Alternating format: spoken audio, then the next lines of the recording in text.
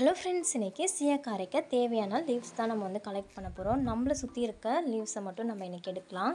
நான் last time சீயக்காய் அரைச்சதில் நல்ல benefit எனக்கு இருந்தது. ஸோ அதனால் இந்த டைமை கொஞ்சம் அதிகமாக சீயக்காய் அரைக்கலாம்னு சொல்லிட்டு எல்லாத்தையும் ரெடி பண்ணிகிட்ருக்கேன். ஃபஸ்ட் டைம் அரைச்சி யூஸ் பண்ணும்போது எனக்கு ரொம்ப டவுட்டாகவே இருந்தது. இது எல்லாமே ஒர்க் அவுட் ஆகுமா, இல்லை நம்ம தான் எல்லா இலையும் பிச்சு போட்டு சீயக்காய் அரைக்க ரெடி பண்ணுறோமா அப்படின்னு சொல்லி தோணுச்சு.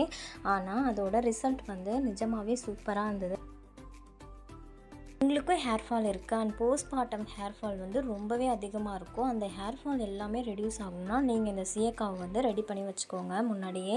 ஏன்னா எனக்கு இது ரொம்பவே ஹெல்ப்ஃபுல்லாக இருந்தது. நான் இன்றைக்கி என்னென்ன லீவ்ஸ் எல்லாம் எடுக்கிறேன்னு பார்த்தீங்கன்னா, செம்பருத்தி இலை, செம்பருத்தி பூவு, இந்த செடி பார்த்திங்கன்னா மஞ்சள் கரிசலாங்கண்ணி ஆல்மோஸ்ட் எல்லா பிளேஸ்லையும் இருக்கும். அப்புறம் வேப்பிலை, மருதாணி, இந்த எல்லா இலையும் தான் நான் பறித்து காய போட்டேன். உங்களுக்கு கரிசலாங்கண்ணி எல்லாமே கிடச்சதுன்னா நீங்கள் அதையுமே பறித்து காய வச்சுக்கலாம். இப்போதைக்கு இலை மட்டும்தான் காய வச்சுருக்கேன். இன்னும் டீட்டெயிலாக தெரிஞ்சுக்கணுன்னா சப்ஸ்கிரைப் பண்ணிடுங்க. Tata bye by. நெக்ஸ்ட் வீடியோவில் பார்ப்போம்.